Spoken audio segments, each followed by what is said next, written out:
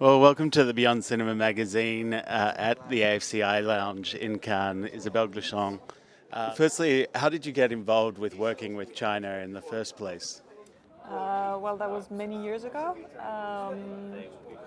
I worked for Canal Plus as a journalist, and I was covering Chinese cinema basically But was that by choice or by assignment? by choice, because I went to China at one point to learn Chinese, and I wasn't so good in the Chinese, but I discovered Hong Kong cinema and mainland cinema, and I fell in love with Chinese cinema. Was there any one director in particular whose work I must captured say you? that the first film I saw and I fell in love with was a Jackie Chan film. Oh, yeah. It seems to be very almost the least Chinese of the Chinese movie that possible. Exactly.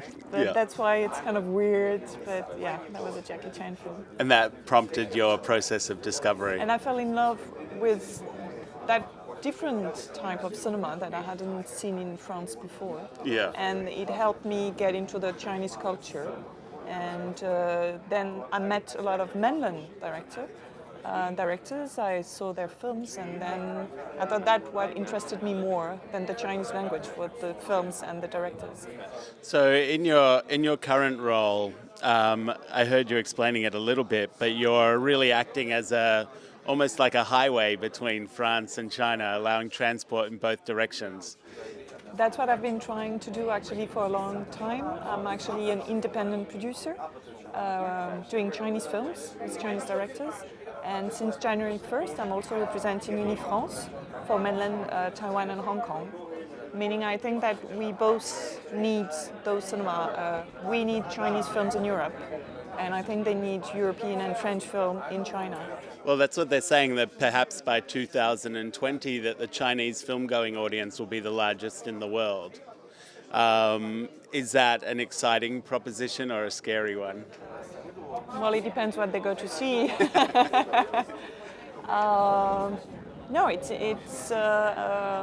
incredible to see the development of that market.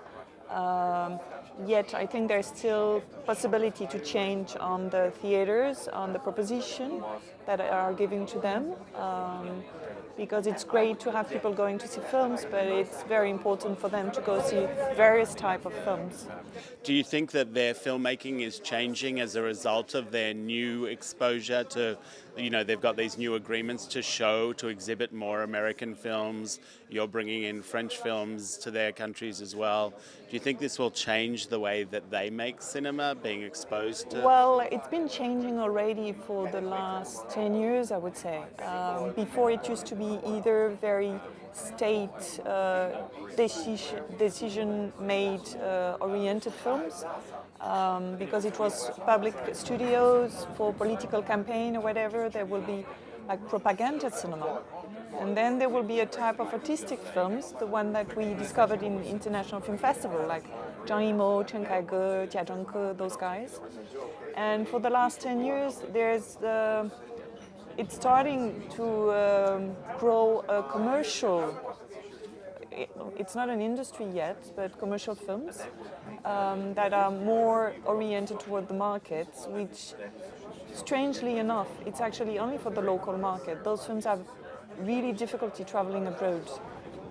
So we now have those commercial films for local markets and artistic films traveling abroad, but having difficulty getting into the markets. But I'm not sure it's because of the opening up to the American or foreign films that this is happening. It's because the Chinese government is trying to organize a Chinese film industry. Having theaters, that's the goal for them. It's to have screens, a place where producers will make money.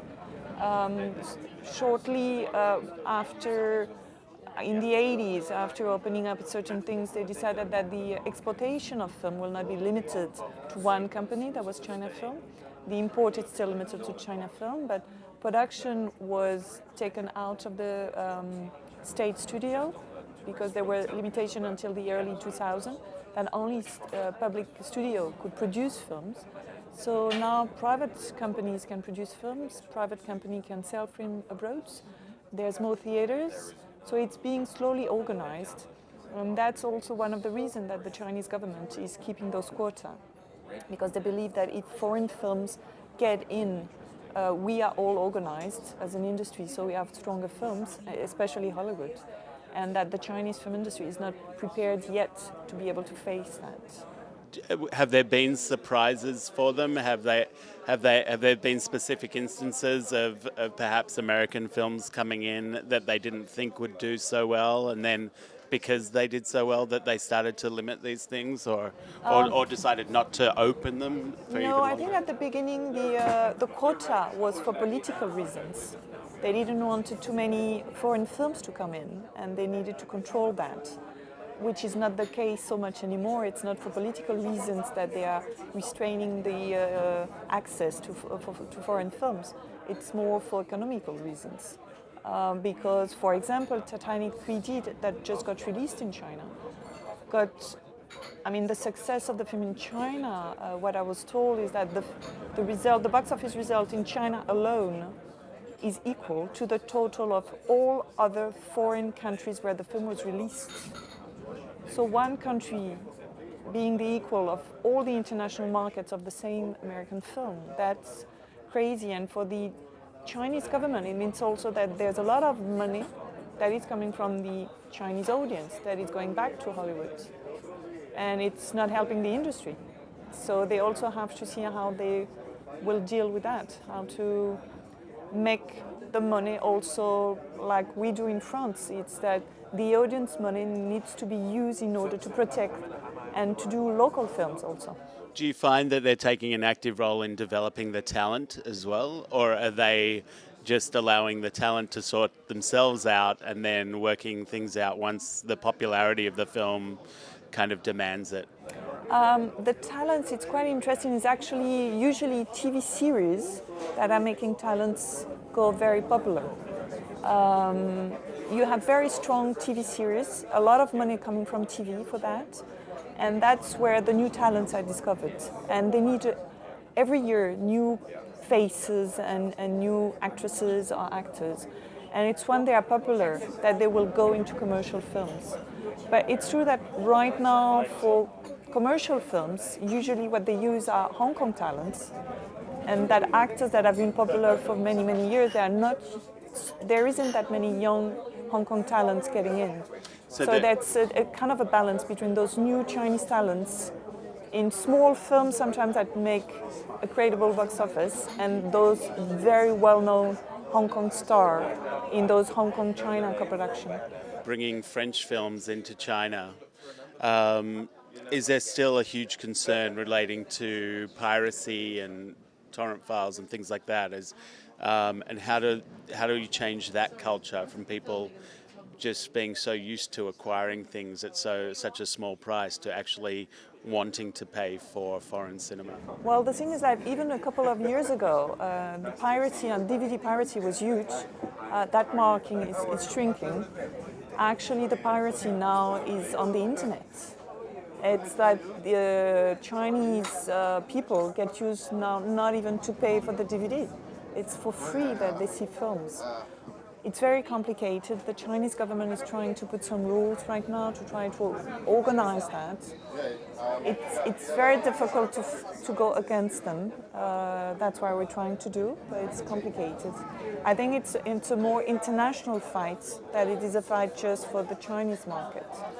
Do you think it also changes the genre of film that's successful at the box office? Because perhaps people want to see a bigger kind of action film or something like that on the big screen, whereas an art house film might not have that transition? It's true that the kind of films that the Chinese audience is going to see on the cinemas and they are willing to pay 50 euros or 80 euros is a 3D IMAX film. And when you have a 2D art house films being released in China, which anyway doesn't happen because it doesn't get into the quota, so it's always commercial film getting released in China. They will pay only 5 euros, so it's cheaper, and sometimes they are reluctant. But I don't think it's because of of only the 3D and everything, it's also the access. Those films are pirated quite soon after they got released, because they managed through Russia, through a lot of things to get, the first person that get his hands somewhere in the world to the film will put it online.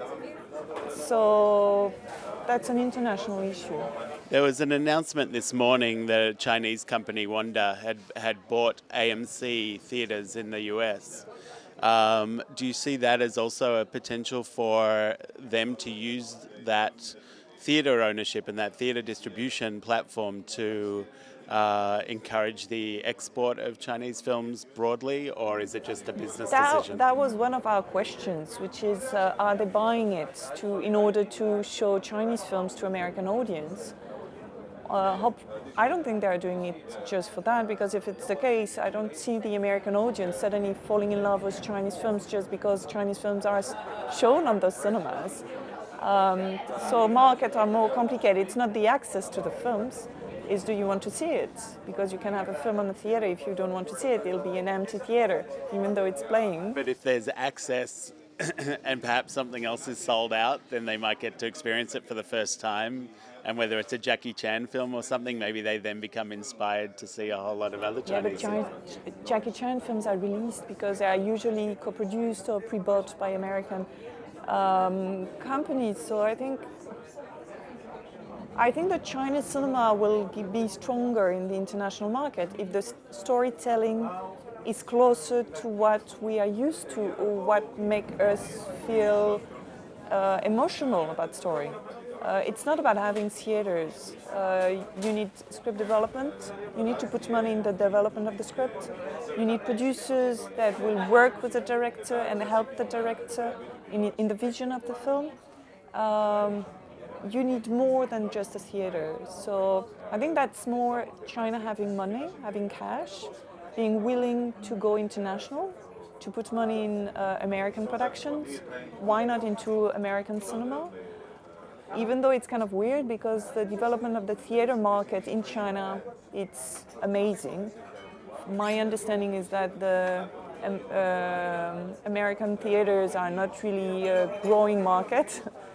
So it's kind of strange if a Chinese company put its money on a not growing market. Well, actually they are in a growing market.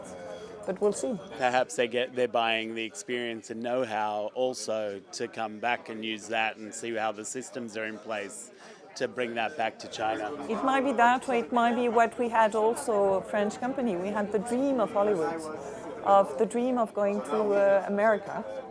And you go there, and if you don't understand the market enough, the Indians have done that also, the Japanese have done that, and I think we all end up returning home and saying, okay, that's a different market, we don't really know the rules. Maybe we should let the Americans deal with the American markets, because actually they are the one who know the best. So finally, who should we look out for? Who amongst the current crop of Chinese talent have you found to be particularly exciting? Well, among the new coming, it's complicated if you were talking about local markets or international market, because international potential sometimes it's not so certain. But I would say among the ones the coming, there's two very interesting Chinese directors, which are Ning Hao, who's doing quite commercial films, very successful locally. And another one was Lu Chuan, whose latest film, City of Life and Death, was released in the States. I think those are quite two interesting youngcomers into the commercial films.